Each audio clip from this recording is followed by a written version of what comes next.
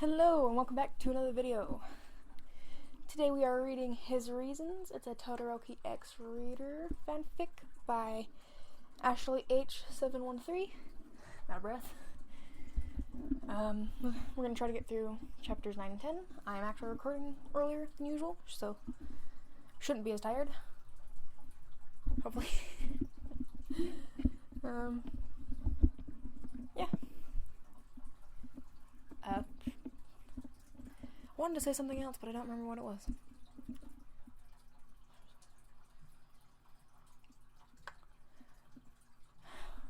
I don't remember what I was going to say. Let's begin. Todoroki walked into class only to find Amari seated at her desk. Her posture was slouched over uncomfortably, with her head facing straight down into the top surface. He hadn't even approached her yet, and yet the air was filled with despair and dread. Throwing his bag over his shoulder, the boy approached her slowly. "What are you doing?" Although the only response he received was a loud, frustrated groan muffled by the desk.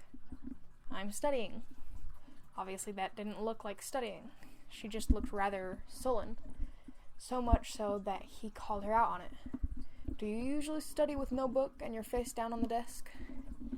She groaned at this again, turning her head to the side to look at him this time. "Stop judging my life choices, Todoroki. I'm depressed." Todoroki locked his own eyes with hers and sighed, knowing this was going to be a story. "And why are you depressed?" Amari lifted her head then, choosing to run her fingers through her hair in anxiety instead. "I fought with Katsuki again. That seems like all we do now. I promised myself I wouldn't blow up at him, but he is just so, frustrating."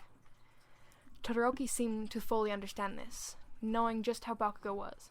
Heck, he wanted to hit him a couple times himself.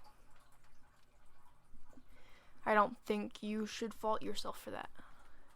Amari's eyes fell again, her eyes cast away. "Yeah, but we'll never get anywhere if all we do is yell at each other. It seems like we are just getting even further and further away. Maybe I should give up." Shaking his head, Todoroki knew she wasn't serious at that last part of her sentence, calling her bluff. "At least try to sound convincing. You're too stubborn for that." At his words, Amari groaned once more, realizing he was right, and face-planted herself back into the surface of the desk. The muffling returned shortly after. "I hate that you're right. Just let me wallow in my own self-pity then." He looked down at her depressed form and sighed, wishing there was some way to help her. Bakugo was certainly not an easy person to get close to. Of course, he probably would if he knew about Amari's short lifespan, but it seemed she didn't want to strengthen their relationship that way. If only he could help her somehow. Todoroki was pushed out of his thoughts when a bunch of giggles and talking could be heard from his right-hand side. There he found Mina, Momo, Uraka, and Yuga in a small group around themselves. He was about to turn away when the boy noticed a magazine in Yuga's hand. "Doesn't this new cafe look dazzling? Why, it's almost as dazzling as me." Mina nodded excitedly, taking the paper out of the boy's hand. "And they have real cats. Ooh, I've always wanted to go to a cat cafe." Uraka jumped up and down at the news. "Oh, we should go after school." Momo seemed to agree. "Yes, we must. I hear they have a new flavor of ice cream there as well, and a photo booth." The group squealed in excitement when they jumped in surprise at who had suddenly approached them. It was that really quiet, cute boy, Todoroki. He just stood there awkwardly, so Uraka made the first move. "Oh, hello, Todoroki. Do you need something?" Lifting his hand, the boy pointed in the direction towards the magazine, asking, "Can I have that?" They all turned to the magazine, Yuga gasping. "Don't tell me, you have the same interest as me." Only for Todoroki to shoot him down. "No." Yuga grew silent as Uraka knew excitedly what was going on, happily handing the page from the magazine over. Here you go, Todoroki. He nodded his head slightly before turning away. Everyone else seemed confused. That was weird. I never knew the most popular boy in school would be a cat person. Uraraka just chuckled at this. Oh, I don't think that's it, Momo. She gave a knowing smirk and pointed to the boy who was making his way back over to his seat, magazine in hand. Then everyone watched as he placed the paper on the desk, causing Amari to look up confused. What's this? He pointed to the ad and shrugged. This seems like something you would like. Amari's eyes widened as she grabbed the ad and began reading it. Excitement now in her voice. Whoa, you're right. This looks really cool. Todoroki then moved over to his seat before sitting down carefully. Be ready after class. At his words, her head sharply turned to his, realizing what he had just said. He was going to take her to this cafe to make her feel better. Wait, we are going? Taking a book out of his bag, he paused. Only if you want to. Amari couldn't help but smile at this, feeling strangely happy inside. Now, because of that, she kind of shouted her answer loudly, gaining the attention of the whole class. Yes, I do!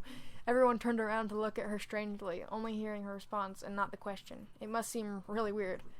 Crap, she probably sounded desperate. Trying to clean up her words, Amari just coughed and began to backtrack, attempting to act like she wasn't excited to be invited. I mean, yeah, I guess. I have some free time. I suppose we can. Todoroki looked at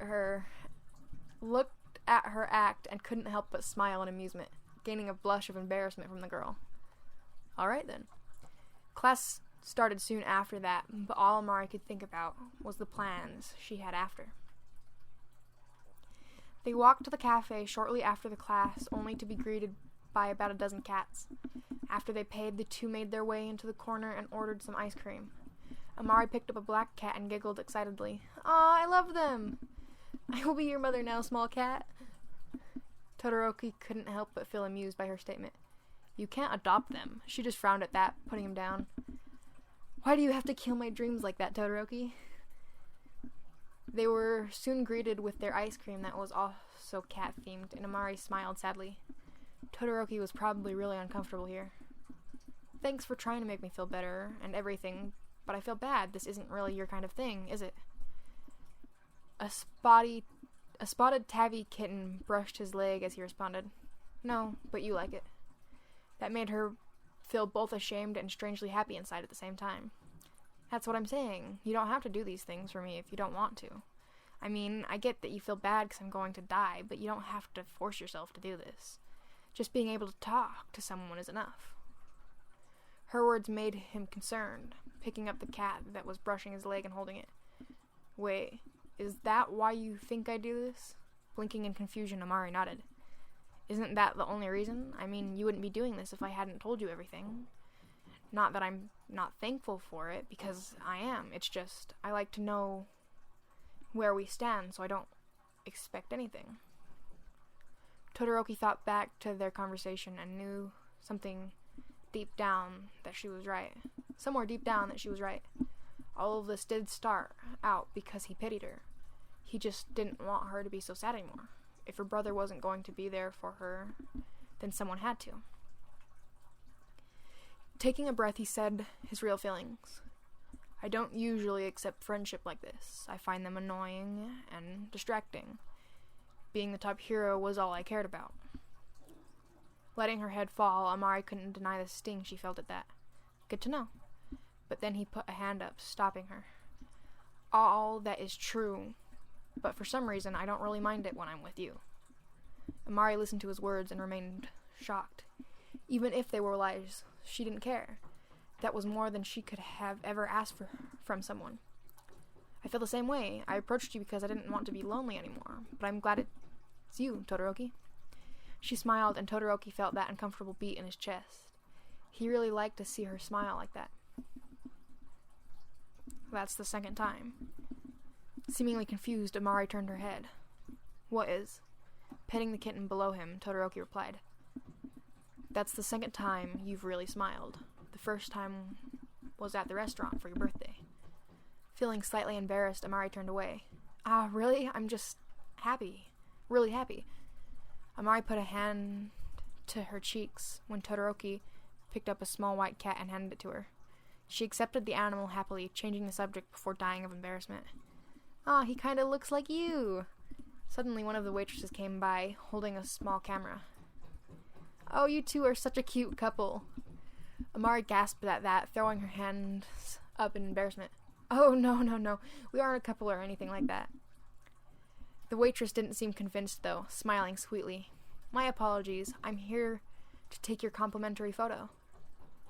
Not knowing what the lady meant, Amari nervously turned to Todoroki. She was already pushing it with the cafe. She couldn't ask him to take a picture with her. "Oh, that's okay. We don't need the picture." Once again, the waitress didn't seem pleased, already trying to shove the two together. "It'll only take a minute. Now slide closer together." Amari put her hand up in protest when she felt Todoroki push closer to her, as if going along with it. "Todoroki, we don't have to." Now their legs were touching each other as the waitress lifted up the camera, ready to take the picture. "Now smile." Amari didn't have time to think as she smiled on instinct, a small flash filling the space. Putting the camera down, the woman seemed pleased, handing the finished product over to them. "Here you go, sweetie. Have a wonderful day." Once she was gone, Amari stared at the photo and couldn't help but laugh. Todoroki not realizing it yet. "What?" But Amari just covered her mouth, showing him the picture. "You look so confused." Sure enough, the picture of the two of them had Amari smiling, but Todoroki just looked rather stoic and unemotional. Kinda like a mugshot. "I don't see what's so funny." Yet the girl couldn't stop laughing for some reason. He just looked so serious. "Nothing. It's beautiful." She smiled and peeled off the back of the sticker before slapping it on his phone in utter glee. Now we can preserve this art for later. Doing the same to her phone, she put the two side by side and gave a thumbs up. "Perfect."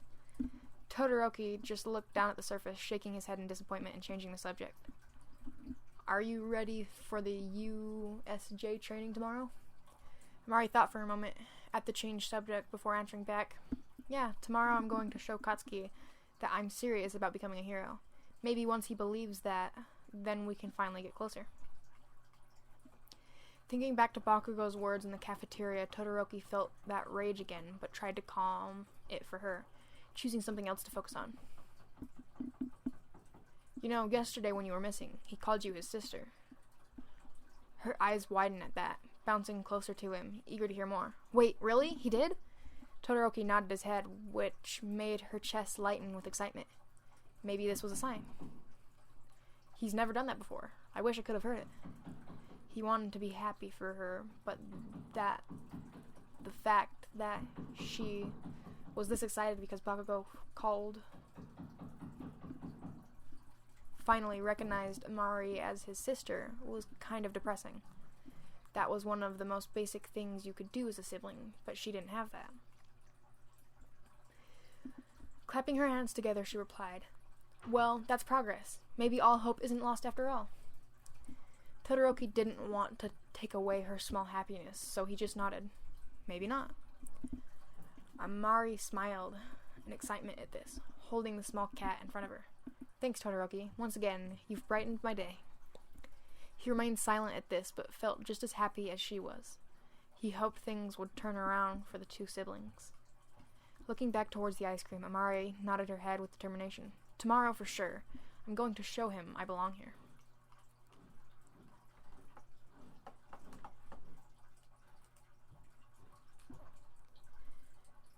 Amari was sitting on the bus with the rest of her classmates as they made their way to the USJ training grounds when she felt a soft prick in the back of her neck.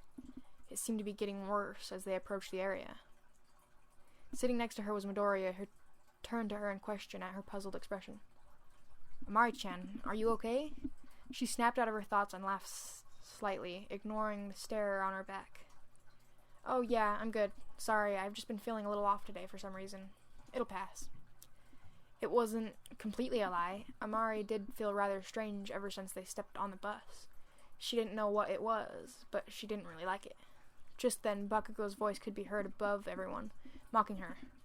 "What, are you getting cold feet now that you realize you can never be a hero?" Mari just narrowed her eyes before shaking her head, trying to stay calm with her brother. Yelling wasn't going to solve anything. No. Besides, I thought you told me I could do whatever I wanted because you didn't care anymore. Bakugo's face twitched at her words, not liking that she was using his own words against him. You wish, brat. I just don't want to hear you acting like a whiny baby. She just sighed heavily at that, shaking her head in disgust. He was always so difficult. Deku seemed to notice her annoyance and carefully patted her on the back. It's okay, Mari-chan. This training is going to be great. She smiled at him, knowing the boy was trying to cheer her up, when Asu? I don't know. Chimed in, seeming interested. I've been meaning to ask this, Midoriya, but your quirk is really like All Might's. The boy seemed shaken by that, jumping slightly. What? You really think so? But Kirishima shut her down real quick. Hold on, Sue. All Might doesn't get hurt when he uses his quirk. They just seem similar. Deku nodded his head, trying to make them believe that explanation. That's right, but I think your quirk is really cool also, Kirishima. Kiri couldn't help but grin at the compliment, hardening his hand as if to prove the point. My quirk is great in defense, but it's not very flashy. I would love to have something that looks cooler. Everyone nodded and began talking about their own quirks, Kiri pointing towards the back of the bus.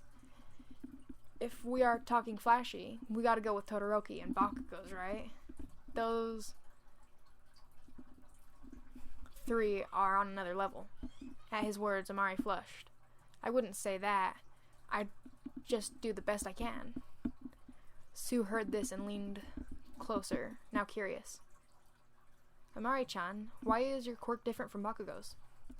Putting a nervous hand to her head, Amari smiled at the question. Oh, that's because I have my grandmother's quirk. Guess it skipped my parents and went down to me. I didn't know her very well, though. She died before Katsuki and I were born. The student seemed pleased with this answer, Sue turning to Amari's brother. Amari-chan is so nice, on the other hand. Bakugo is always mad, so it doesn't seem like he'd be popular. Bakugo felt his frustration rise at that, ready to fight. What the hell? You want to fight? But luckily, Aizawa came between the two of them, calling out to them. Alright, enough messing around already. We are here. When they stepped off the bus, the students were greeted with one of the current ranking pro heroes, 13. She brought them inside and began to talk about the different exercises they were going to do. Stepping inside the dome, everyone couldn't help but gasp. Inside was a huge space that included various climates and areas so that the students could practice on them. It made Amari's face light up in joy. This is the training ground that I made with different types of accidents and disasters to simulate what it's really like to work as a hero. Aizawa didn't seem impressed, though, instead shuffling over to the hero in question. Where is All Might? He said he was going to meet us here.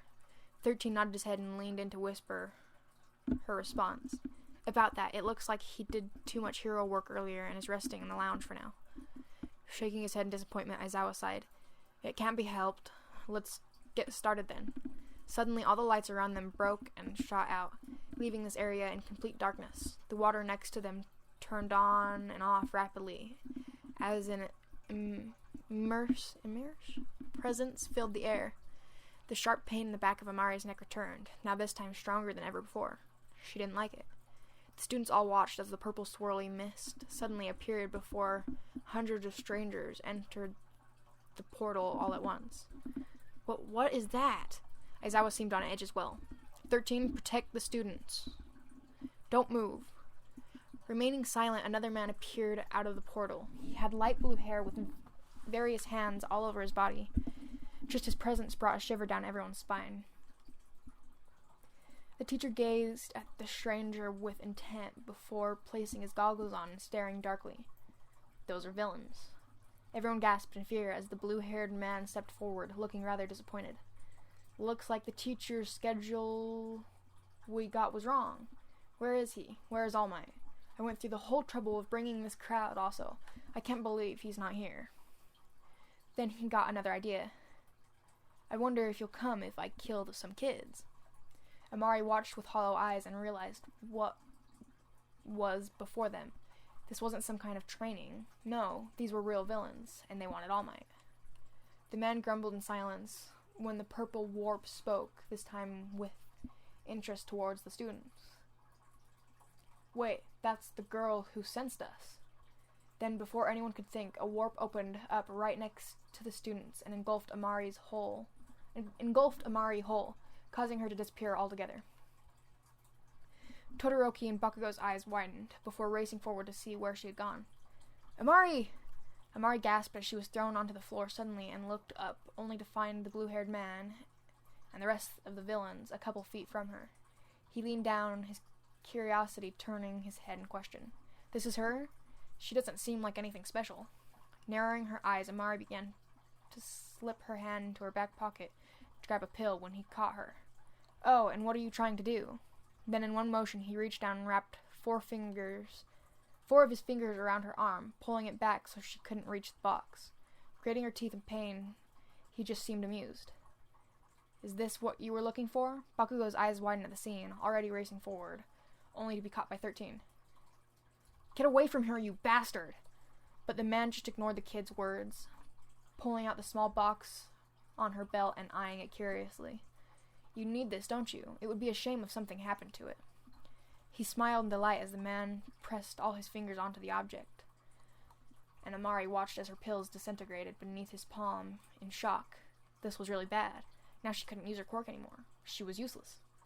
She stared in fear at the realization when he grabbed her neck, his fifth finger now dangerously close to her face. I don't really know how you could sense us, but you don't know what will happen if I rest my other finger down, right? So let's not make any sudden moves. Amari growled at the contact when a whoosh of energy tore past them, causing the man to let go of her in surprise. Coughing on the floor, she turned to find Aizawa standing in front of her, blocking the girl from the enemies. Go back with the class, hurry. She understood and started to run away, back towards the rest of the class that was still on the second level of the training area. When she got there, everyone breathed out an anxious sigh, Amari holding her throat still from irritation. Amari-chan, are you okay? Teku touched her shoulder in concern, to which she just nodded her head, still shaking. Yeah, but that guy is no joke. Todoroki raced forward as well, grabbing her hand and helping her off the ground. She looked into his eyes and breathed a breath of terror. Todoroki, he destroyed them. I can't fight. The boy knew exactly what she meant, as the reality came crashing down. Her pills were gone. She couldn't use her quirk in this battle. He was shaken out of his thoughts when Bakugo stomped up to her in anger. In reality, he was scared out of his mind for her, but it's not like he would ever admit that. What are you doing? Why didn't you use your quirk on him? You could have gotten yourself killed. Bakugo didn't know about the truth of her pills, so Amari couldn't be hard on him. He didn't understand the weight of what just happened. She couldn't tell him she couldn't fight. Then that would mean that the words Katsuki said to her were all true. Yeah, I'm sorry, I guess I was just shaken. Before her brother could reply, Ida was already pushing them towards the exit. This is no time for talking. We need to get to the shelter. She agreed and started running with the classmates when another purple warp blocked their path. He emerged from the ground and spoke. We heard All Might was supposed to be here today. Was there some kind of change?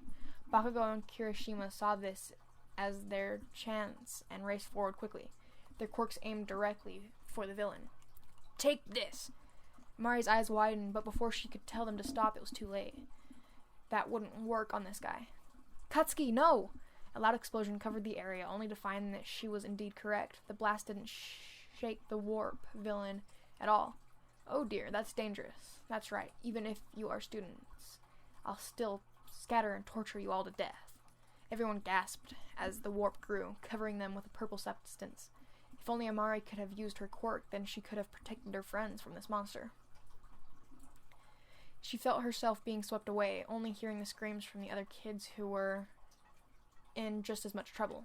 Then Amari was dropped from the air and into a fleshy body of water below her. The hard crash hit her body roughly, groaning as the water engulfed her. She gasped at the impact, the water feeling like piercing ice sickles on her body. Amari started to regain eyesight when a blur flew past her. A hand wrapped around her leg, and Amari felt herself being dragged further and further into the dark abyss below her. She fought her attacker and was able to kick him in the face, causing him to let go of her and rise to the surface. Once she was above water, Amari found a boat in the middle of the water and decided to climb on board, only to find Deku and Sue hiding there as well. "Hey, are you two okay?" Deku noticed her presence and gasped. "Amari-chan, you're here also?" Nodding her head, Amari rubbed her arm that was hit on impact and looked around. Deku could obviously tell she was scared. "Where is Katsuki?" She looked left and right, but couldn't hear or see the boy anywhere. She had to know he was safe, or else her heart would explode out of her chest in worry. Deku looked rather sullen and replied, "I'm sorry, Amari-chan, I haven't seen him." She seemed like she was trying to process those words. After a few moments, Amari stood determination in her stare. "I have to find him." But as she stood, Sue used her long tongue, pulling the poor girl back down. "Amari-chan, that's not very smart. Bakugo can take care of himself." Hitting the floor, Amari glared. She knew that Sue was most likely right. But just the thought of him hurt was driving her crazy. Deku glanced at the villains where we're still searching for them inside. Amari-chan is right, though. We have to come up with a plan. We can't just stay here. That's not what heroes do. Looking down at her hands, Amari felt the painful realization once more. "Midoriya, I can't use my quirk right now." Deku gasped at that. He didn't know much about Amari's quirk, but he didn't think it was on a time limit. "Wait, what?" Amari shook her head in disappointment, not wanting to go into details right now. "That doesn't matter. The fact is, I can't do anything right now. Katsuki was right. I am useless." The shame bubbled up in her throat at her own words. All she wanted to do was fight, but now that she was finally given the chance, she just couldn't. It was too dangerous to activate her quirk without the pills. It would kill her. Sue seemed to understand the situation very well. "I wonder if we'll be able to hold out until All Might arrives. And even so, I wonder if we'll be able to make it out in one piece." Standing up, Amari found that the villains surrounding the ship weren't moving. Rather, they were just staring at them. "Wait, even though we are easy targets, they aren't doing anything. Maybe, just maybe, they don't know our quirks yet. We can use that." Deku quickly realized what she was saying. "You're right, Amari-chan. If they knew our quirks, then they wouldn't have sent Sue with us to a water area. Maybe we can." Suddenly, the boat underneath them rocked aggressively, water now seeping into the sides and breaking the ship in half. It looked like the villains had enough and were forcing them into the water. Holding on the side of the railing, Amari stared at Deku until she got an idea. "I got it." Then before he could say anything, Amari walked over to the side of the boat and before jumping on the railing, the other two looking rather confused. "Wait, I thought you couldn't use your quirk." But the girl just smirked, turning her head to him in amusement. "They don't know that. Besides, just because I'm useless right now doesn't mean I'm giving up. I'm stubborn like that. Call it a family trait, if you will." Before Deku could realize what she was talking about Kachan, the girl was gone, jumping off the side of the boat and onto a piece of debris that was floating in the ocean. "If you guys are itching for a fight, then I can deliver. Come on, let's go." The boy watched as the villains approached her, thinking that she was insane. This girl was just as powerless as he was a couple of months ago, and yet she was still risking everything with no hope of winning. He wondered what was the plan until it suddenly clicked. She was distracting them so he and Sue could attack and have the upper hand. The villains crawled towards Amari, one of them placing a hand on the debris only for her to kick her foot right on his face, causing him to fall back. "You're gonna regret that, little girl." But Amari just smiled and kicked another villain in the face before giving her best performance. "I didn't want to have to use this, but I guess I have no choice. You should all stand back." Placing a hand behind her back, the villain took her warning seriously, not sure what kind of quirk the girl had. They had to be cautious, so they fell back just slightly. A couple moments when nothing happened, they noticed that they were tricked, plowing through at full force. "And enough with the games, little girl. Just kill her." They all raced towards her when Amari just looked amused, instead pointing to the sky. "I would look up first." Some of them listened and looked up just in time for Deku to let off his power and his index finger, causing a massive whirlpool below the surface. Before Amari could get caught up in it, she felt Sue's tongue wrap around her body and pull her away from the impact. Good one, Sue. Sue just nodded her head and placed Amari on the beach in front of them before quickly grabbing Deku and repeating the process. They had done it. They had defeated the villains. Once everyone was safe, Deku sighed in relief. That was close, Amari-chan. That was really dangerous. Shrugging her shoulders, Amari answered. You got my plan, though, didn't you? Deku thought for a moment before nodding. You could have just told me. But Amari just answered plainly. But then the villains would have hurt us. Don't worry, Midoriya. I trusted you to figure it out, and you did, so it's all good. She smiled, and Deku wondered how she would be so calm throughout everything. She could have gotten herself killed. Yet it seemed Amari was only determined about something else entirely. Now, let's go find Katsuki.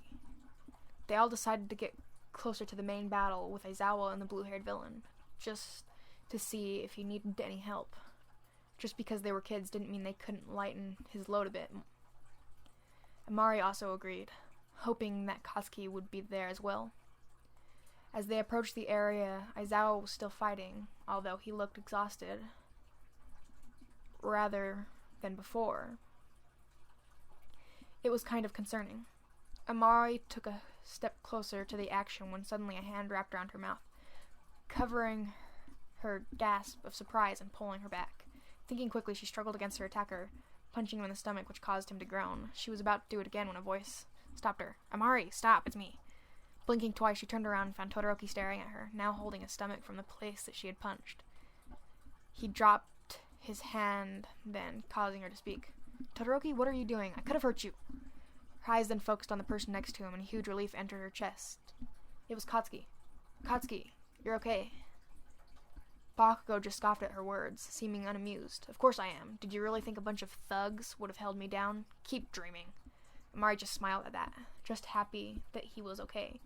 When Deku ran up to them, Todoroki, Kachan, it's so great to see you. But before they could enjoy this moment of safety, Amari knew they had more important things to deal with. Mr. Aizawa looks like he's reaching his limit. I don't think he'll be able to hold out until the rest of the pros arrive. Deku looked over towards the fight, realizing what she was trying to say. She's right, we have to do something. Putting a worried hand to her shoulder, Todoroki didn't like where this conversation is going. Amari, don't tell me you're thinking about fighting. It's too dangerous, even if you had your quirk. Amari thought for a moment before nodding her head slowly. She didn't need Todoroki to tell her how useless she was right now. She already knew. I know. I don't plan to fight head-on. That would be stupid. But that doesn't mean that we still can't use everyone else's strength. Trying to think of a plan, the group was stopped when a loud crashing sound could be heard in the direction of the fight. Everyone turned and couldn't help but gasp at the sight. It seemed that the villain had gained the upper hand, having Aizawa crushed beneath the ground. Blood now leaking everywhere, and after a few moments he remained still. This was more serious than they thought.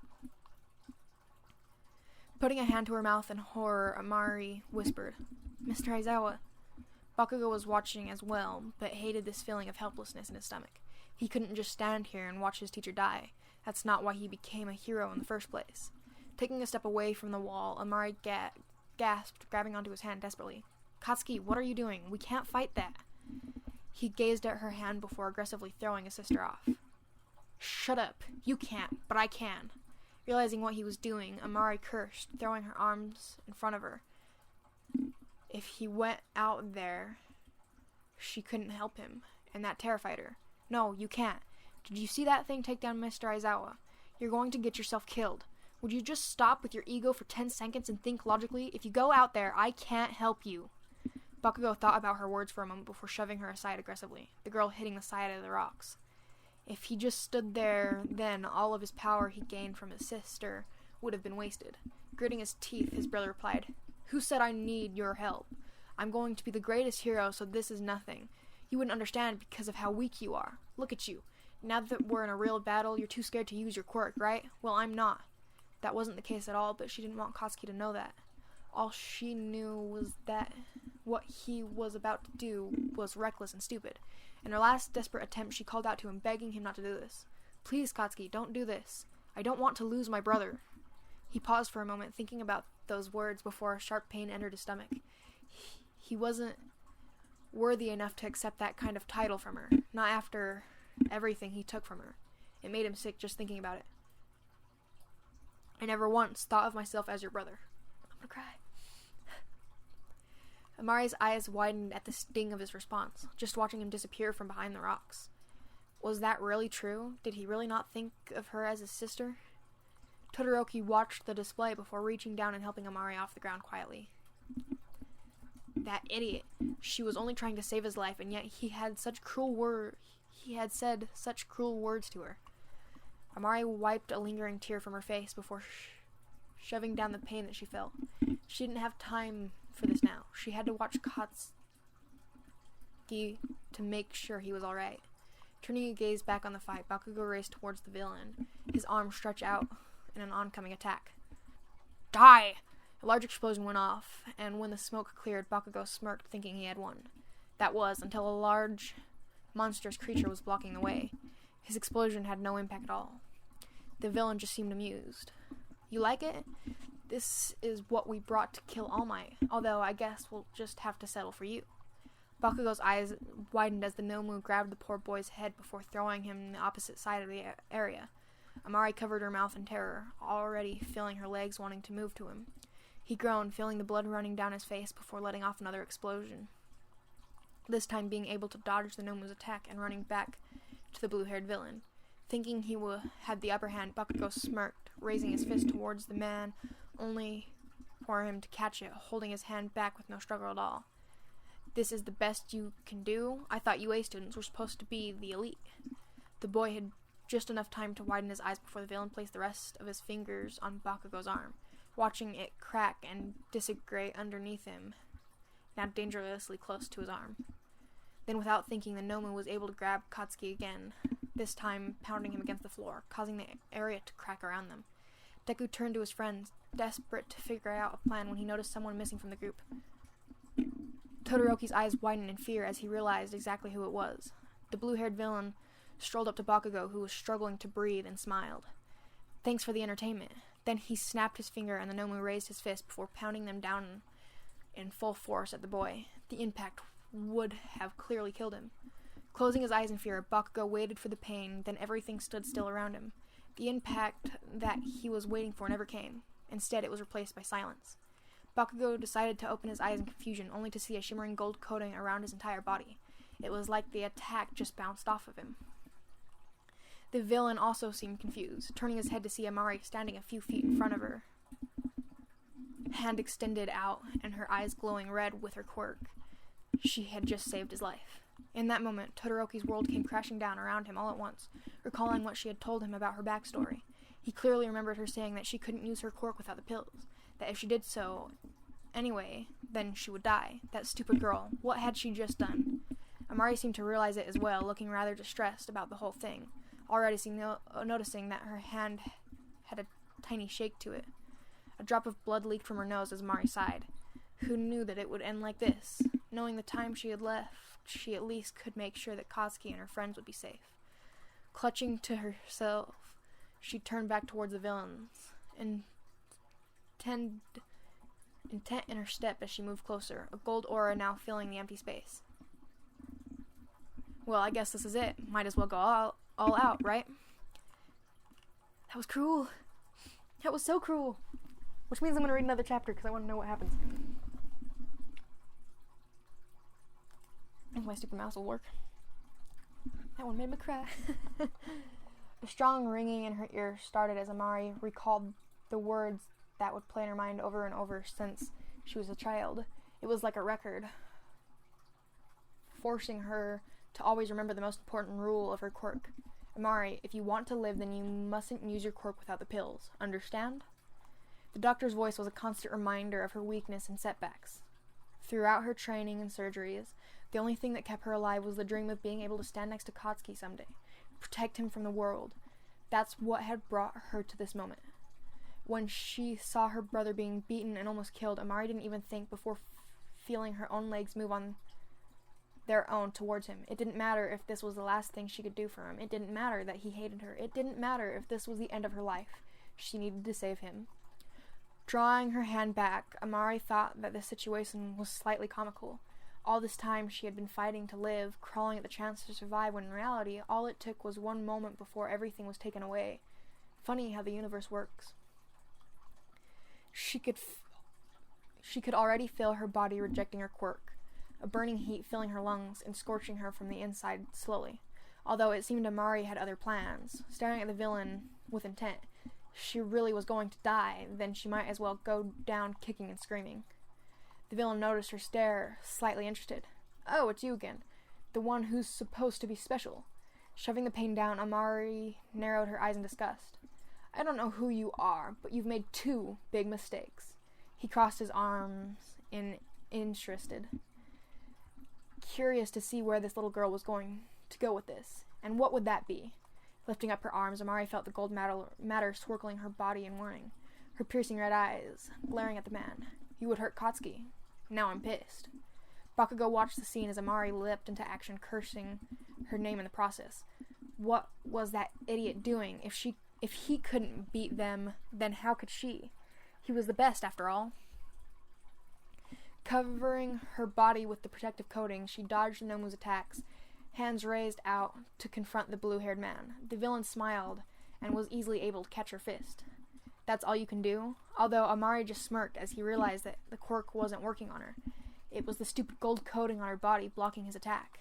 She seemed to notice this and kicked him in the stomach, forcing him to grab her arm only to pull away in pain. Her skin had burned him to the touch.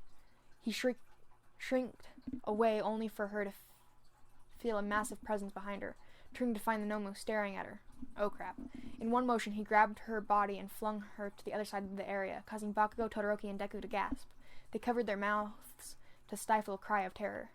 Her protective coating was starting to glitch as Amari's body made the impact with the ground, groaning at the burning sensation in her entire body. Fighting without the pills were really messing her up. Feeling slightly nauseous, she rolled over and coughed, only for a thick layer of blood to leak out of her mouth. Gritting her teeth, she shook her head in frustration. Not yet. She couldn't die yet. Bakugo watched his sister, his eyes with terror in his eyes, unable to turn away from her pain. He didn't want this. This was exactly why he didn't want her to be in UA. The eyes met, and Amari found the strength she needed to stand back up. Although still shaky, she then realized that this might be the last time they would talk. She had to tell him everything. "Hey, Katsuki, there's something I have to tell you." The Nomo charged after her, but Amari was able to block, using the protective shield to help her. "I just want to apologize." Sliding under his legs, she raced towards the blue-haired villain again, this time with a newfound passion and rage. "I want to apologize for not being the sister you've always wanted. I tried, but it looks like I failed." I want to cry again. Bakugo listened to her words and remained frozen in confusion. What the hell was she even talking about? She wasn't the one that failed him. He had failed her.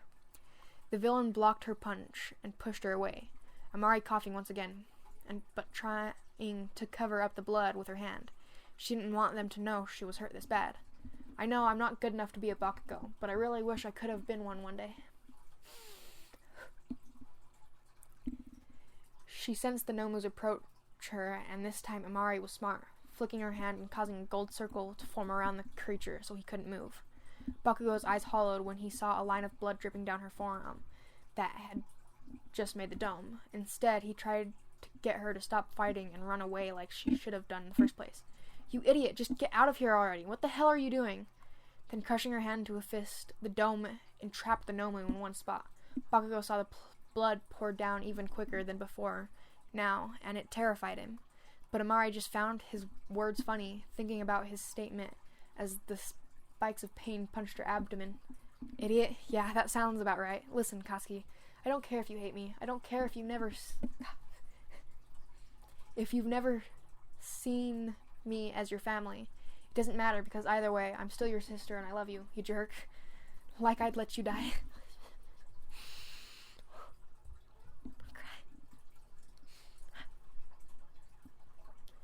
At the confession, Bakugo didn't know how to feel. He had never thought he would be able to hear those words from his sister. He always thought he didn't deserve them. Her eyes then locked onto Todoroki, who just stared in shock. He was probably one of the only ones who had fully understood what she had done. She silently thanked him for being a friend, even if she didn't deserve it. Smiling back at him sadly, Todoroki felt pain in his chest, realizing what the small motion had meant.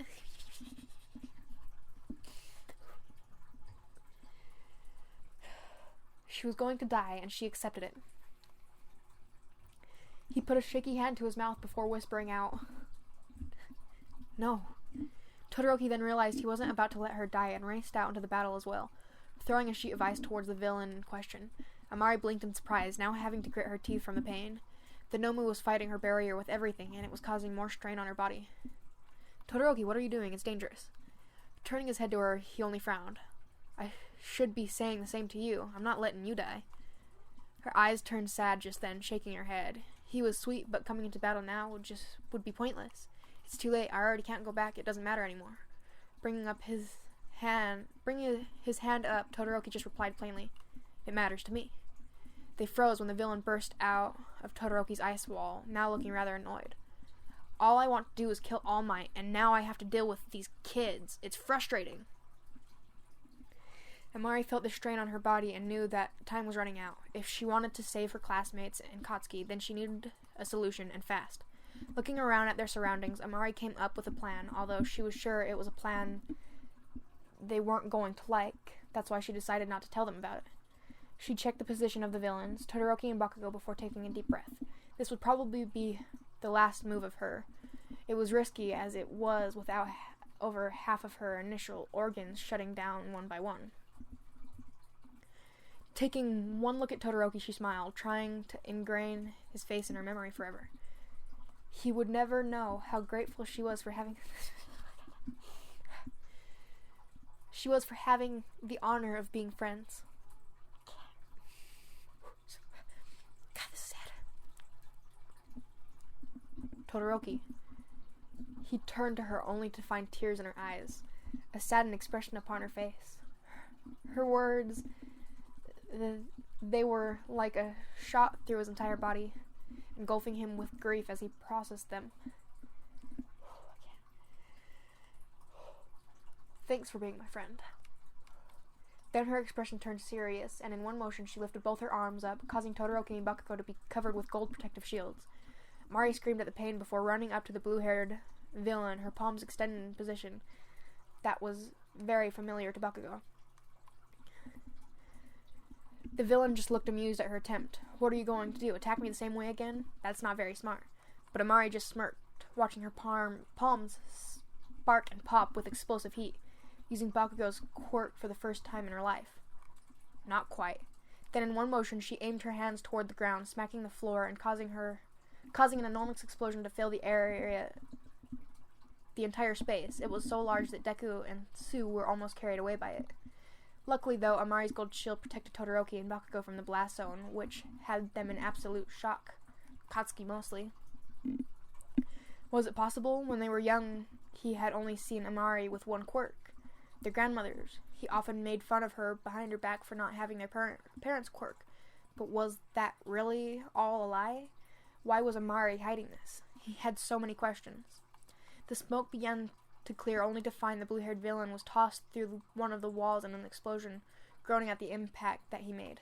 Amari put her shaky hands out in front of her before collapsing to the ground, feeling her chest tighten in agony, and her breathing becoming even more shallow. That was it. That was all she could do. She placed a hand to her chest and heaved out another breath, willing herself not to die yet. Everything still wasn't over. Suddenly, the doors above them burst open to find an entire mob of pro-heroes running into the space, ready for battle. Leading the head of the pack was none other than All Might himself, saying his signature catchphrase, "It's fine now. Why? Because I am here." Amari watched his silhouette approach the battle zone when her eyesight started to blur. It's okay. Everything was okay now. Katsuki was safe. Todoroki was safe. Everyone was safe. She felt relief in her entire body for the first time, now letting the pain overtake her completely and accepting her consequence for not using the pills. Todoroki saw her in the distance on her knees and felt relieved. She was still okay. But that was when she collapsed, flopping onto the floor in a heavy thud, causing the entire world to stand still, completely still. Bakugo's eyes widened, already willing himself to his feet, even though that the fight had taken a lot out of them. He felt his heart had dropped in his chest. Todoroki reached her first, rolling her body so that her back was on the ground.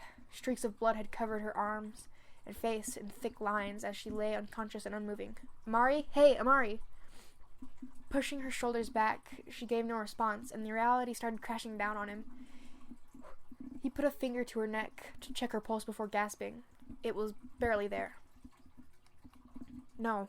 He felt a hard shove and turned to Bakugo, holding his sister in his arms, shaking her in intense fear and worry. Hey, brat, get up. This isn't funny. Get up right now before I kick your ass.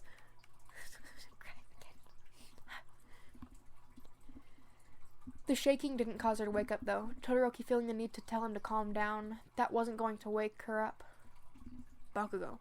But Bakugo just shouted angrily, tightening his grip. You shut up. She's fine, okay? She's stubborn and stupid, and she'll be fine. Todoroki felt tears broke.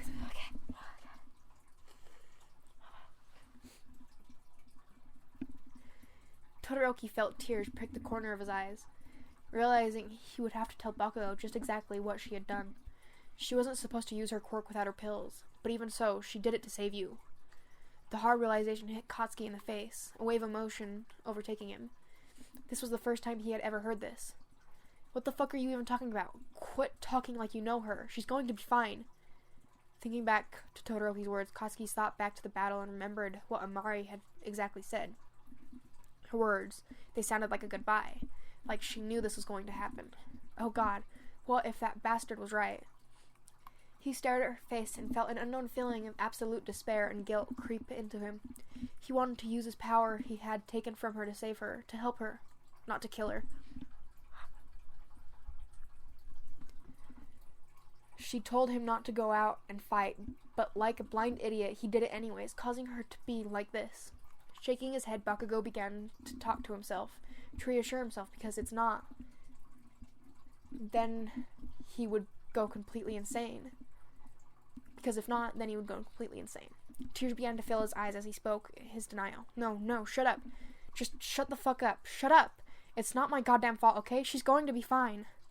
Just then, he was silenced when a blur ran past him. Crouching down on the floor, the two boys turned to find Recovery Girl looking rather solemn. The poor dear, she really pushed herself, didn't she? Loosening his grip on her sister, Bakugo found hope. Here, fix her already. Although Recovery Girl just shook her head sadly. Todoroki already knew what she was going to say. I really wish I could, but I'm not allowed to heal her. As I already told Todoroki, her body wouldn't be able to handle it. We will just have to wait for the ambulance to come. Katsuki felt his tiny shred of hope shatter into a million pieces. Feeling devastated all over again and venting his anger out on the old woman. What do you mean you can't do anything? That's your fucking job, right? So do it already. Ignoring his words, Recovery Girl only sighed, sticking her hand on her back pocket before pulling out a small jar. I'm sorry, but this is the only thing I can do for her. She gave me some of these to keep just in case something like this happened. Todoroki eyed the jar before gasping, reaching forward and grabbing the container. They were her pills, 4 of them to be exact. Maybe there was hope. The old woman nodded her head, only speaking plainly. Although they are supposed to be used before she puts a strain on her body, I have no idea if they will start working after. Because she's unconscious, it will be hard for her to have to take it. Although before the woman could finish the sentence, Todoroki had already taken a pill out of the jar and placed it in his left hand before melting it down with his cork into a soft liquid. Then he moved over to Amari, who was still protectively being held by Bakugo. What the hell do you think you're doing? Don't touch her. Not having any of his games, Todoroki shoved Bakugo away, causing his arms to loosen from the girl in one motion. Move. He leaned down to her eye level before placing the liquid in her mouth, carefully pressing his lips onto hers, allowing the medicine to enter her body. He wouldn't help but recall the night she drunkenly kissed him during her birthday and silently wished for this to work. It needed to, or else he didn't know what he was going to do. Bakugo saw this and felt his entire body burst with rage. What the hell was this asshole kissing his unconscious sister? What the hell are you doing? Get off her, you bastard! Bringing a hand up, Recovery Girl stopped him silently. Wait, he's helping her. Todoroki pulled away then, placing a hand to her face lightly. Please wake up. He waited a couple seconds and let his hand go, only to watch her head loll to the side with a sharp breath of terror ring through him. It didn't work. The sound of sirens entered the space, and Todoroki watched in a blur as the paramedics took Amari away. her still looking as lifeless as ever. He vaguely heard Bakugo screaming at the workers to not touch his sister while a couple pro heroes held him back. Somewhere in the back of his mind, he knew what the result was, but Todoroki didn't want to believe it. No, he couldn't believe it. 3 days had passed and Mari had made no progress. She wasn't dead, yet still remained motionless, like a sleeping doll with no owner. She might as well have been dead at this point. The doctors as well didn't know what to make of her. They completed hundreds upon hundreds of tests, but the fact that Amari was still alive was unbelievable to them. Apparently, by all accounts, she should be dead. It didn't make sense to them. Todoroki showed them the pills she had taken, but it seemed they didn't know anything about that either. They said that there was no such thing on the market, which made him even more anxious.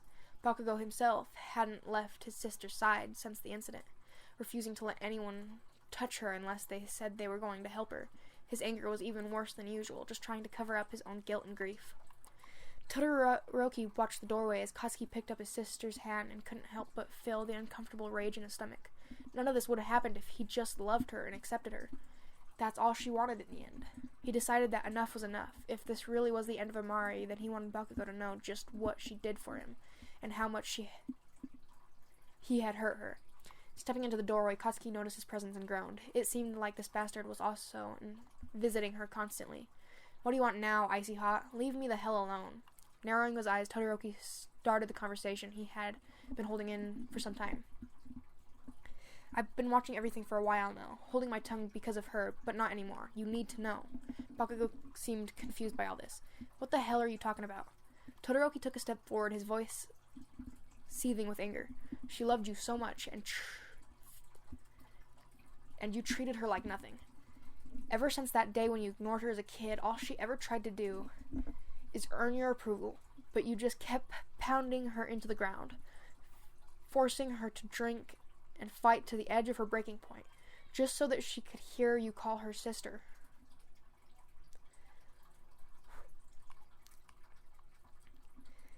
Katsuki opened his mouth, but it seemed Todoroki wasn't done. Taking another step closer, his own blue eye shimmering in the darkness. Did you know she wanted to celebrate your birthday together? Did you know she wanted to live with you and her parents, but she couldn't because she didn't want to make you uncomfortable? Did you know that even though using her quirk could have killed her, she still pushed herself because she thought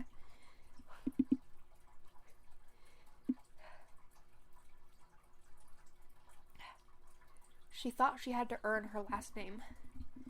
Did you know that she thought she wasn't worthy enough to call you her brother? Or a Bakugo?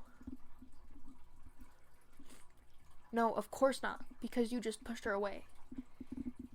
You kept pushing her away.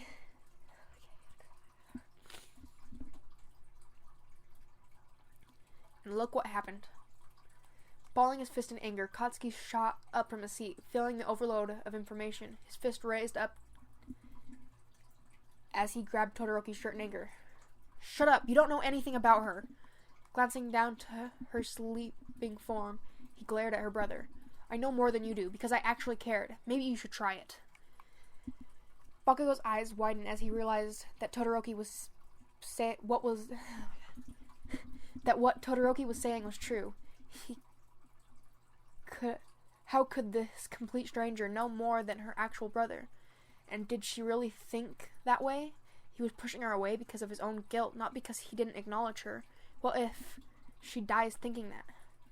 Everything was too much as Katsuki shook his head, letting go of the boy before turning and punching the wall next to him in devastation. Shut up, it's not my fault.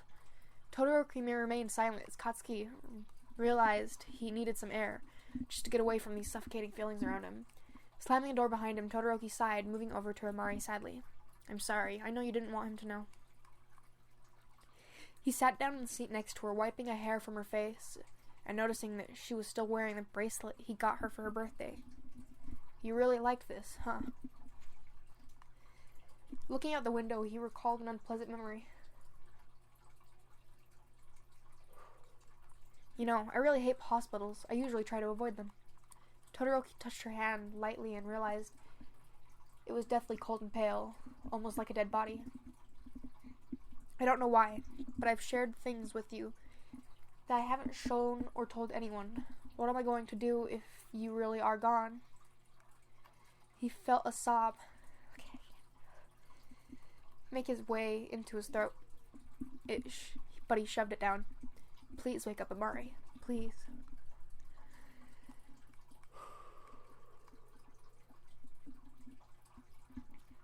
Although his words didn't do any good as usual, he found himself standing, already moving towards the door. I'll come back tomorrow. He shut the door behind him and almost made it out of the hospital when a rough-looking man in a doctor's coat shoved past him, like he was in a hurry. He had silver hair and blue eyes, with black-rimmed glasses. Brushing off his shoulder, Todoroki couldn't help but feel a sharp chill down his spine, almost like something was wrong. Although it was probably nothing, he didn't want to take the chance and somehow found his way back in Amari's room. He didn't know what it was, but something felt off. He pulled open the door only to gasp at the sight before him. The same man that had bumped into him in the hallway was now holding Amari over his shoulder, almost like he was trying to carry her out of here. Warning bells rang in his head as Todoroki let off an ice blast, causing the man to look up and smile, disappearing in a second. He looked around the room, but found no sign of the strange man Todoroki now knew was definitely not a doctor from this hospital. That meant someone was trying to kidnap Amari. Racing down the hall, he spotted that familiar shade of white hair on the lower level garage and used his ice to slide down the second floor, jumping in front of him. Give her back. The fake doctor only shrugged, putting his hand out in defense. Luckily, there were no people behind the building, so they could talk. Hey, listen, kid, I don't want to fight. That's not really my thing. Plus, I don't want to hurt this kid, right? Pointing back to Amari, Todoroki only growled, staying on guard. What are you doing with her? Shrugging his shoulders and started. I was going to save her life. Unless you have any objections, because that would make my life much easier. Todoroki wasn't fooled by this, though. By taking her away from the hospital. The doctors don't know what's wrong with her. How can you? The man just laughed at that, nodding his head. Well, duh, of course those idiots wouldn't know anything. Todoroki looked skeptical, and the man knew he had to prove his worth, taking a small box out of his pocket while the boy spoke. Then why isn't she waking up? He laughed in response, pointing to the girl in question before flopping her down on the ground as if to prove a point. She isn't going to wake up from anything they do, kid. You gave her a pill, right? Well, that's the only thing that's keeping her alive right now.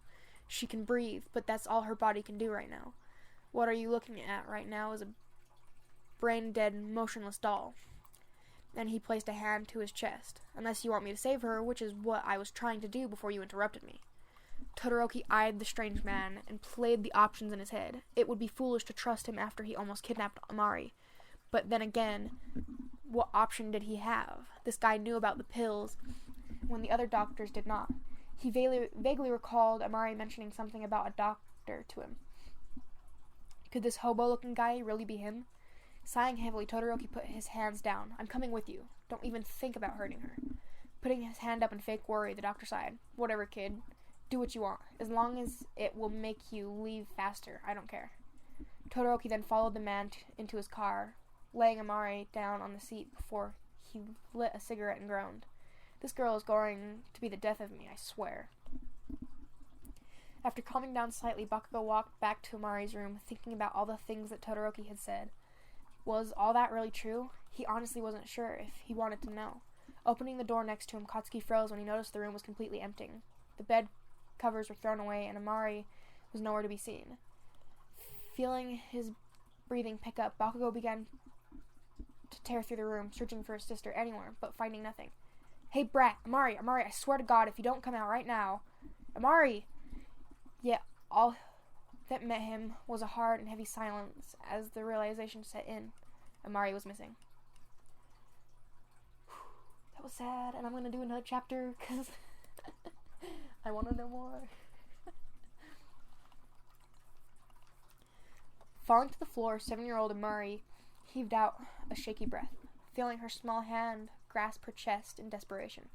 It had been a couple months since she moved to America, and ever since then she had tried to make herself stronger, sneaking out to run every day, although her health wouldn't allow it. She then recalled her brother and how he walked away from her that day, now gaining the strength to shakily get up to her feet. It seemed even running was an issue for her. Amari turned to try again when a voice stopped her, seemingly curious. It was deep and male. What are you doing out here? Aren't you supposed to be back inside? Turning her head back to the man, she knew she couldn't give up yet. Please let me stay. I have to get stronger. Her eyes were shaking. He eyed her shaky legs and smirked. I overheard that's not possible. You just weren't meant to be a hero, little one. Face it. Amari thought for a moment before narrowing her eyes, and the man found a newfound determination in them, watching her take a step closer even though she was hurt. I don't care. I'll make it possible. I have to. Her voice trailed off, and the man watched her utter strength and stubbornness radiate around the space. Even though she was a child, her eyes were filled with a burning, fiery passion to complete her goal. The man had never seen that look on a child's face before. It made him even more interested, piquing his curiosity. She looked promising. Leaning forward, he spoke evenly and smooth, stopping the girl in her tracks. What if I told you that I could help you? Amari turned her head back, not understanding. How? Are you going to cure me? Shaking his head, the man just chuckled. Well, no, unfortunately, I can't do that much, although I can give you the strength you need to be even with your brother. To have him acknowledge you. That's what you want, right? The small girl brushed off her skin and thought about this for a moment, another question coming to mind. The doctors in Japan told her that there was nothing they could do. You can do that? Nodding his head, the man continued. Yes, although I'll warn you, the path we are speaking about is not an easy one. The weak-hearted will not survive. You will need your strength more than ever. Amari looked down at her hands and thought about her options. This was the first time someone had told her that there was hope, that she could be a hero. She wondered if she really had this strength that he was talking about. But Amari remembered Katsuki. He would be strong. He was a bakugo after all. That made her decision obvious. Of course she would do it. If it will make me stronger, I don't care what it is. I'll do it. The man took in her words before smiling, his eyes having a dark gleam to him. She could be the one, the success he was looking for. Excellent. Todoroki watched Amari's motionless body that was sprawled across his lap, brushing the hair from her face carefully. He had so many bad feelings about the situation they were in, but he also knew that he would protect her if this doctor was bad news. The car stopped and the man put out his cigarette before turning back to the two. We are here. You gonna stay there all day or what? Todoroki looked out the window and found himself in front of an abandoned warehouse. The building itself was red in color, with spray paint covering the windows. This didn't help his worry. He picked up Amari and held her close before stepping out and keeping a safe distance from the strange man. This is the place? The man could tell that he wasn't impressed and just rolled his eyes. Sorry, it's not a 5-star hotel. I was a little low on time after I got the call, so I couldn't get anything better. Todoroki caught his sarcasm and walked into the building, now seeing a metal table with some wires and vials of medicine on the counter with a half-broken chair next to them. The man pointed to the table in question. Put her there. Todoroki couldn't help but hesitate at that, not wanting to let go of her in case this man was dangerous. He already seemed off. Noticing him freeze, the doctor sighed. Unless you want her to die, then you would be doing me a favor because I wouldn't have to deal with this anymore. He realized this man was right, knowing they didn't have many options, and reluctantly placed her on the table, noticing handcuffs attached to the side. The doctor then pulled a small vial out of his bag and pointed to Amari. Good, now handcuff her so she won't kill us when we start. I'd do it, but I feel like you don't trust me. Can't imagine why, though. Looking down at the cuffs, Todoroki carefully grabbed her cold hand before buckling her to the table. He didn't know what was happening anymore, drawing his attention to the man. What is your name? The man put the vial on the table and shrugged. Just call me Gray. Todoroki raised an eyebrow at that. That's not a name. That's a color. Narrowing his eyes in disgust, Gray groaned. Oh no, you're just like her, and here I thought I could get away from this because she's unconscious. Please don't start with the filthy questions. 50 questions? I'm not in the mood. I already had to jump on a flight to Japan last minute because this idiot did something stupid again. Surprise, surprise. The man then pushed a syringe into the vial and sighing. All you need to know, kid, is that I'm assigned to her so that she won't die. Well, that is unless... He stopped talking then, holding a syringe in his hand. Never mind. After that phrase, the doctor turned to Todoroki, looking bored. Right, so you might want to leave. This isn't going to be pretty. Feeling the anxiety in his chest, Todoroki knew he couldn't leave her alone with such a mysterious man. No, I'm not leaving her. Gray shrugged his shoulders at that. I'm just saying, I don't think she'll want her boyfriend to see her like this. At the word boyfriend, Todoroki's face flushed, feeling slightly embarrassed. I'm not that. We're just friends. The doctor just chuckled at that slowly, obviously not believing him. Yeah, okay, sure. Not like I care either way. Well, alright, don't say I didn't warn you. Just make sure she doesn't bite her tongue, okay? His words brought uncertainty in the boy's stomach as the doctor tapped the syringe once before, slowly injecting it into the side of Amari's neck, letting the liquid enter her body.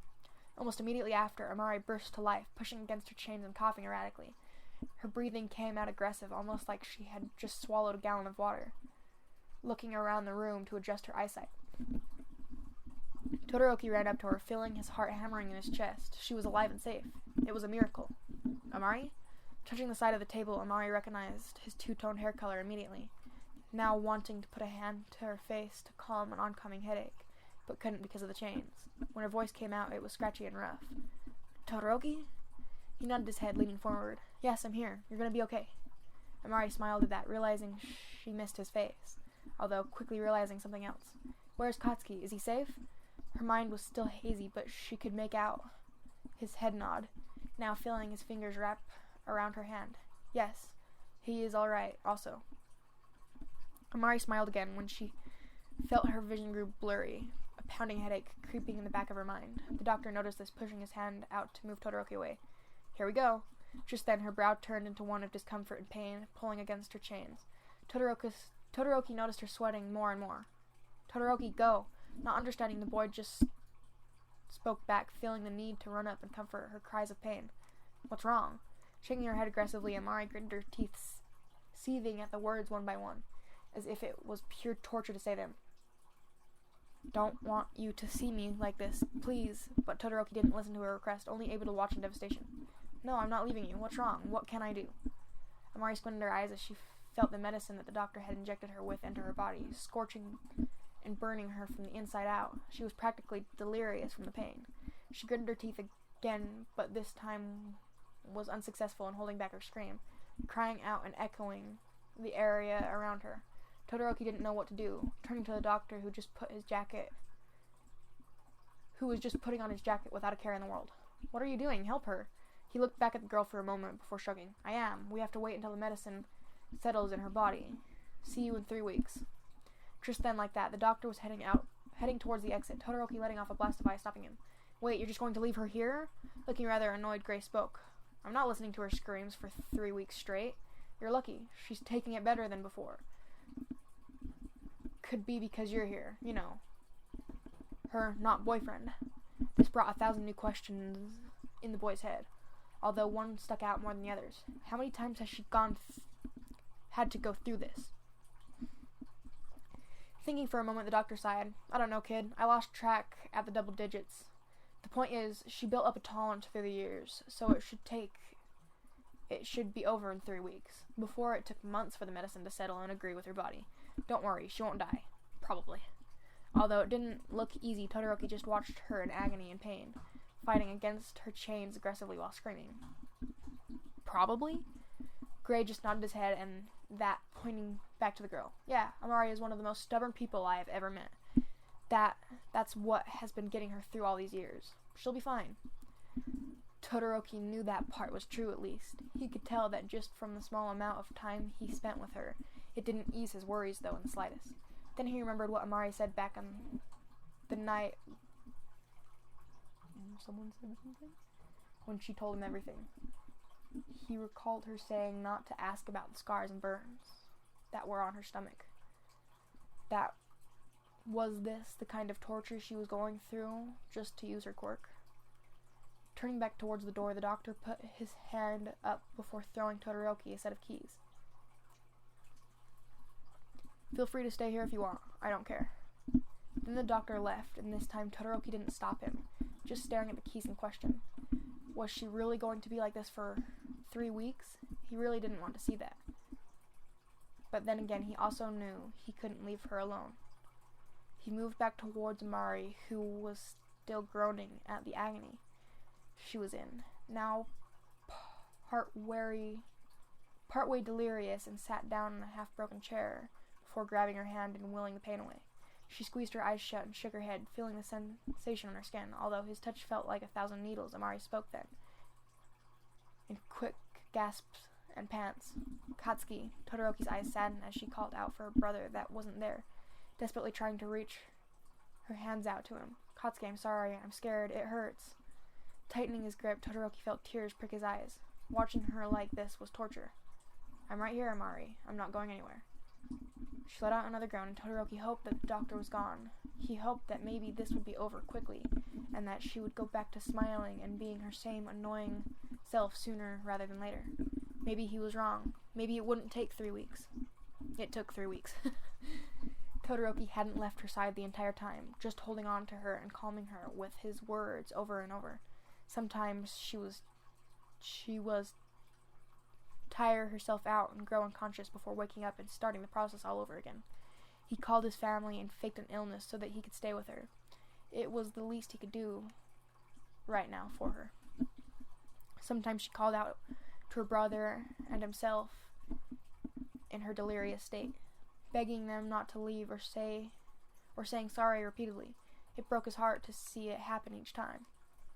When the doctor came back, Amari lay still, her body twitching sometimes from the after effects of the last couple days. She was staring at the ceiling like her mind wasn't completely there. Gray walked up to her and unlocked her chains before helping her sit up, Amari's eyes still staring into space. All right, time to wake up. He flashed a bright light in her eyes, and Todoroki watched her place a hand to her head, the pounding headache still there. Shit, that doesn't get any easier. Nodding his head, the doctor sighed. We wouldn't have to do this if you just listened. What were my instructions before you left? Amari groaned back. Don't fight without the pills. Gray then put his hands to his hips. And what did you do? But Amari just frowned, hanging her head in shame. Fought without the pills, but I had to. Katsuki was going to be killed if I didn't. The doctor didn't seem amused, though. It's always something for you. From what I've gathered, I'm sure that's not going to be the last time he'll almost be killed. You need to watch yourself, Mari. Amari nodded her head, and now noticing Todoroki's presence behind her, and jumped. Ah, Todoroki, what are you doing here? She straightened her back so she didn't look sick, but Todoroki had already known what she'd gone through. I've been here. Her face dropped at this. What do you mean? Wait, did you see? Todoroki just nodded his head and Amari gasped, now feeling self-conscious. What did the doc let him see? Why did the doc let him see her like that? She didn't want him to know what she went through. The doctor perked in then, elbowing him in the shoulder. Your boyfriend stayed with you the entire time. Talk about dedication. Amari's eyes grew at this, putting a hand in front of her quickly. He saw her in such an embarrassing state. Oh, we're not like that. We're just friends. Gray just smirked at that. Yeah, that's what I hear. Anyways, I want to tell you not to do anything stupid like that again, but I feel like I'll be wasting my breath. Amari smirked at his joke, remembering how long she had been out, and gasped, placing a hand on Todoroki's arm. Hey, I'm sorry I scared you, but I'm okay now, really. You can go back now. I don't want to be responsible for your getting expelled from school. Todoroki took one look at her and noticed the warmth had returned finally. She really was okay. Are you sure I can stay? But Amari just smiled. No, it's okay. I gotta talk about some things with the doc anyways. Haven't seen him in a while. I'll be back to class soon, okay? Truly, he wanted to stay, but she seemed to be okay, so Todoroki decided to follow her advice, turning to the door. Alright then. See you later. Amari waved her hand as he left, and when she was sure he was gone, put a hand to her chest, still in pain. What's with the after effects? This has never happened before. Doctor looked at her curiously, pulling out a small file. It could be the long-lasting effects. You are almost dead after all. This is why you need to stop pushing yourself. One day this isn't going to work, and I'll be fired. Moving her hand away, she nodded. Yeah, I know. What I did was stupid. The doctors gave her a knowing look before throwing her a bottle of pills. Well, duh, that was obvious. Here, take it. Amari accepted the bottle, rolling it around in her hand as he continued. You ready to train again? Nodding her head, the girl just tightened her hold around the pills, gazing at him with intent. It wasn't over yet. Yeah, let's do it. Amari was missing for 2 days before a letter turned up at the Bakugo household, telling her parents that the headmaster of her old school in America had signed her out of the hospital so they could start treatment for her. Apparently someone from the school visited them as well and reassured them she'd be fine. Bakugo didn't believe this at all, though. In his eyes, Amari was still missing. It didn't make any sense to him. Why would a school suddenly take a sister away without saying anything to his mom and dad? It was suspicious, and it made him feel uncomfortable. Going to school was even worse. Everything everyone did reminded him of her, and it pissed him off even more. He didn't want to admit it out loud, but Bakugo missed her. Today had marked the 4th week she was absent, and Katsuki recently made his way up the steps of UA, throwing a bag over his shoulder. He groaned when a voice shook him out of his thoughts. It was that damn Deku. Kachan! Tightening a hold on his bag, Katsuki tried to resist the urge to punch him right there. What do you want, you damn nerd? Deku stopped then, putting a hand up in defense, and Bakugo watched his eyes turn sad. I just wanted to see if you're okay. You seemed really down the last couple of days. Is it because of Amari-chan? At her name, Bakugo snapped, grabbing the nerd by the collar and shaking him with utter rage. His fuse was shorter than usual. Don't say that damn name ever again, or else I'll throw you into this wall right now. Grabbing onto his shirt, Deku struggled, trying not to be intimidated by his childhood friend. You know, Kachan, it's not good to hold in your feelings like that. If you miss her, then you should just say so. Bakugo didn't like that, though. Already holding up a fist, he didn't like that Deku was reading his damn mind. What did you just say? Deku flinched when a flash of red and white stopped his fist. Bakugo was now watching Todoroki move past him and up the steps. They shared a look, and Katsuki remembered the conversation they had in the hospital a couple weeks ago. Those unpleasant emotions ran through him again, and Bakugo had enough, dropping Deku on the floor. Just forget it. Todoroki watched this with a knowing look before walking up to Deku and extending his hand. Here. Deku accepted it and brushed himself off carefully. Oh, thanks, Todoroki. Looking in the direction of Kachan, Todoroki sighed. Don't take it to heart, Midoriya. I'm sure he just has a lot on his mind right now. Bakugo shook his head in frustration, recalling the scene that just happened. His mind was completely a mess, and he didn't know how to process it. Even Deku saying her name was too much right now. Thinking about this, he threw open the door to the class before feeling his fingers grow numb, his bag falling onto the floor with a loud thump. He saw the back of blonde hair first as Amari turned to him.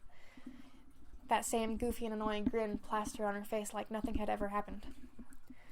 She waved at him before speaking something, and he thought he would never hear her again. Hey, Katsuki. Feeling his phone ring, the doctor pulled it out before holding the receiving end up to his ear and speaking. Hello? Yes, she is in stable condition now.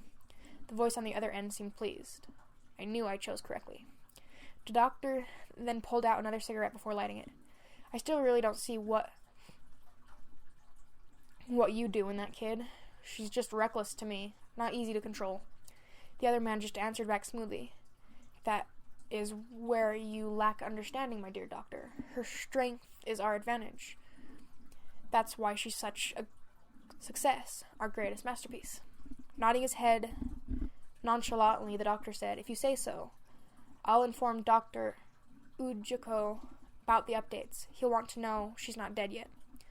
The voice just seemed content with that. Excellent. Okay. That was good. Okay. Check her out. She's a good writer. This is getting too long, so I'm going to end it here. And I will see you all you will hear me in the next video. Bye.